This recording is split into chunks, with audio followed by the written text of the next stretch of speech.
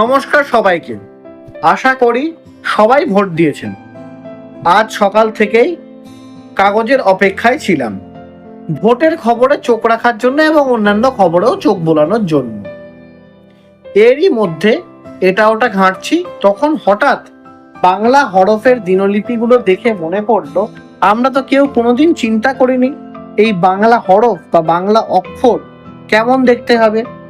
Gutenberg সেই কোন যুগে ছাপাখানার আবিষ্কার করলেও তখন গ্রিক, জার্মান এবং ইংলিশ এইসব হরফ তৈরি করেছিলেন। বাংলা অক্ষর কেমন দেখতে হবে তা কি আপনারা কোনোদিন ভেবেছেন কে আবিষ্কার করেছিল? আজ উপেক্ষিত নায়কের সপ্তদশ পর্বে আপনাদের সাথে পরিচয় ঘটিয়ে দেব পঞ্চানন কর্মকারের। হুগলি জেলার ত্রিবেণীতে এক কর্মকার পরিবারে তার জন্ম হয়। তার পূর্বপুরুষ যারা জিরাটে বসবাস করতেন তারা লিপিকারও ছিলেন। তাম্রপত্রে, অষ্টস্তোত্রে অলঙ্করণ বা নামাঙ্করণ এর কাজে তারা অত্যন্ত পটু ছিলেন। এই গুণ তার মধ্যেও প্রতিফলিত হয়। 1778 সালে চার্লস উইলকিস যখন হুগলিতে ন্যাথানিয়েল ব্রাসি হেদারের লেখা a grammar of the Bengali language বইটিকে মুদ্রণে উদ্যোগী হন, তখন প্রথম পঞ্চানন বাবুর ওপর বাংলা হরফ প্রস্তুতের দায়িত্ব পড়ে। বইটির ছেনি কাটা, ঢালাই করা এই সমস্ত করে ধাতব হরফ তিনি তৈরি করে দেন।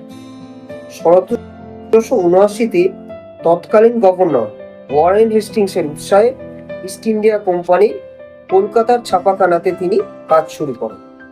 1785-তে পুরোদমে সরকারি ছাপাখানাতে তিনি কাজ করেন ও সব কলাকৌশল আয়ত্ত করে নিয়েছিলেন।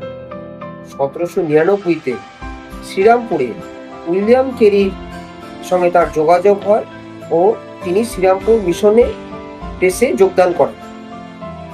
একটি পুরনো মেশিন দিয়ে শুরু করলেও তার মেধা, অক্লান্ত পরিশ্রম ও ঐকান্তিক প্রচেষ্টাতে অল্প দিনের মধ্যেই এটি এশিয়ার সব থেকে বড় টাইপ কারখানা হিসেবে গড়ে ওঠে। 1801 সালে তাঁর তৈরি বাংলাতে কেরির বাইবেল নতুন নিয়ম তার বাংলা অনুবাদ ছাপা।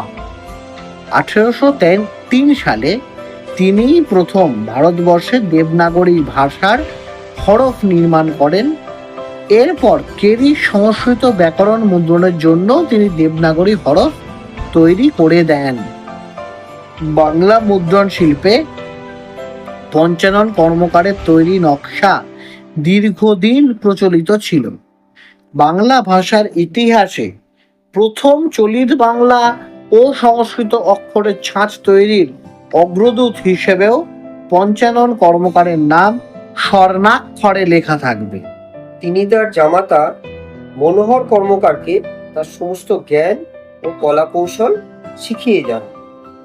মনোহর কর্মকারও পরিশ্রম, সাধনা ও মেধা পাথেয় করে আরবি, ফার্সি, গুরুমুখী, মারাঠি, তেলেগু, বার্মি ও চায়না ইত্যাদি অন্তত 14টি বিভিন্ন ভাষার হরফ তৈরি করতে সক্ষম হয়েছিলেন। চলনযোগ্য বাংলা ও সংস্কৃত হরফ তৈরির প্রথম শিল্পী পঞ্চানন কর্মকার 1804 সালে শেষ নিঃশ্বাস ত্যাগ করেন। কিন্তু দুঃখের বিষয়, এত বড় কর্মকাণ্ড করলেও তিনি চিরকালই অন্ধকারে উপেক্ষিত থেকে গেছেন। নমস্কার। নমস্কার।